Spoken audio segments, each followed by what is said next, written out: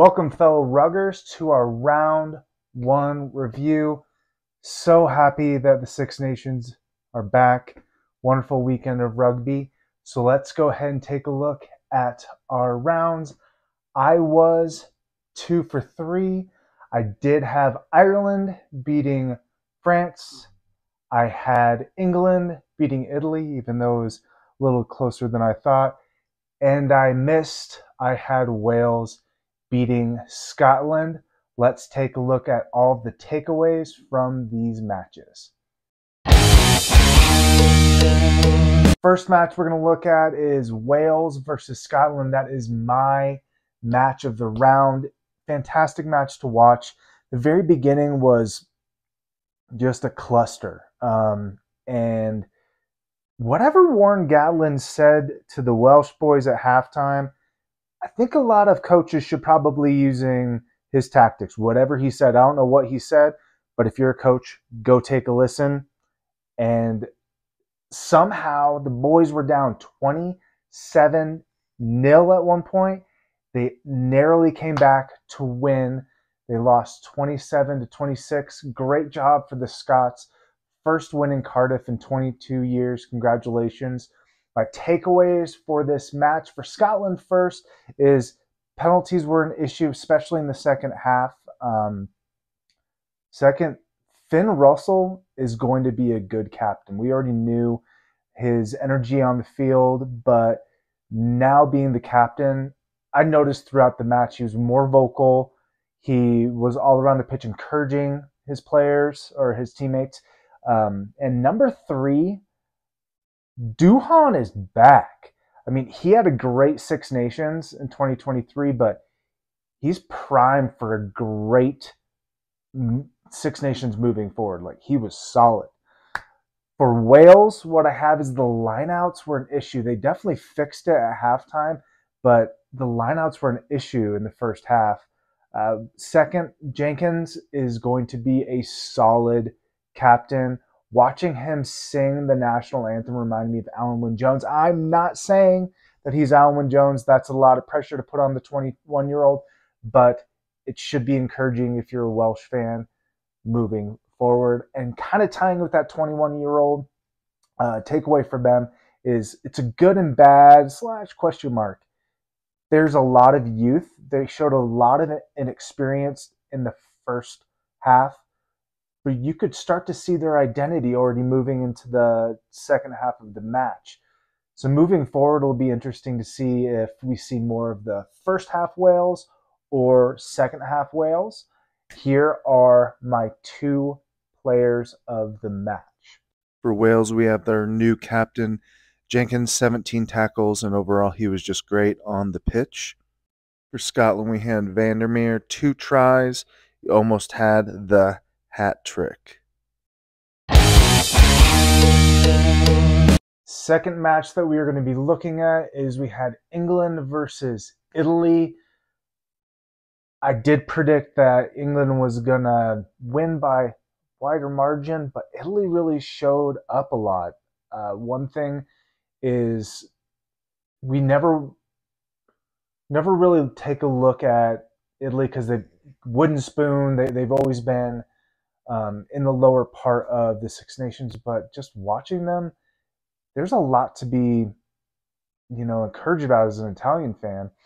That's immediately going to go straight into my my thoughts on and my takeaways from Italy is, one, they are tackling machines. They are all over the pitch. They showed their passion not only just with their tackling, but in the second half, they really started moving well together. So, I mean, your defense played pretty well near the end. Secondly, it's going to kind of go back to what I talked about with Wales is there was some inexperience on the pitch, but those young players actually played really well. But the veterans, they played a part since there are the lack of veterans on the Welsh side. But with Italy, they had the perfect balance of those. And one more takeaway, coaching. Coaching has made a big difference. From the skipper, I think it trickles down that there's so much confidence in that Italian side. They may still finish sixth, but there's a lot to look forward to. And on the England side, my last video, I'm sorry, I put the wrong picture on for some of my potential players of the match. But first, George Ford stepped up. He got the conversions. He was just a force to be reckoned with as far as his boot really facilitating on the pitch. One of the issues I did have, so this is my number 2 takeaway, was finishing. Finishing, England was there. They were on that cusp, but I think that they let the, not taking anything away from the Italians, but they let the Italians back in. And then also, I just want to say that I think that their defense did play really well in the first half. Some good line-out takeaways, some good pressure, but those are my main takeaways, and here are my 2 players of that match. For Italy, we have Monte Uani. He was all over the pitch. For England, we have George Ford, 17 points. Really stepped up into that 10 role. Last but not least, we are going to be talking about Ireland versus France. A lot of anticipation moving up through this match. Not only just because we were excited about the Six Nations, but these were 2 arguably the best teams. It was a well-fought match, but Ireland was just too much. The absence of DuPont was there. Some of the takeaways I had from it were penalties. They shot themselves in their own foot. They let Ireland, not taking anything away from Ireland, but they gave them more chances. Second is kicking game was great. Panatta, he's going to be up there with Duhan for the top try scorers of the tournament, I think. But lastly, even I understand that the attack of Ireland made France have to tackle more, but they didn't miss a ton of tackles.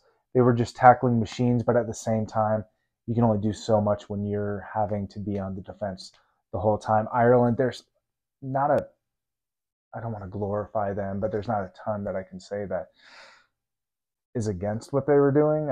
I think they found he's not Johnny Sexton, but I think they found their new number 10. The second takeaway that I have, sorry, that was the first one. The second takeaway is passing.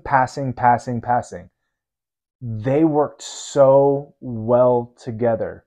They pressure and they kick it out, and it was a thing of beauty. And their lineouts, that's my third takeaway. Their lineouts were solid, and I think that's going to be scary for all the other teams moving forward. That being said, let's take a look at my 2 players of the match. For Ireland, Jack Crowley, all over the pitch, 13 points, really solid, 10 this week. And then we have Damien Penaud, fantastic as always, 1 try.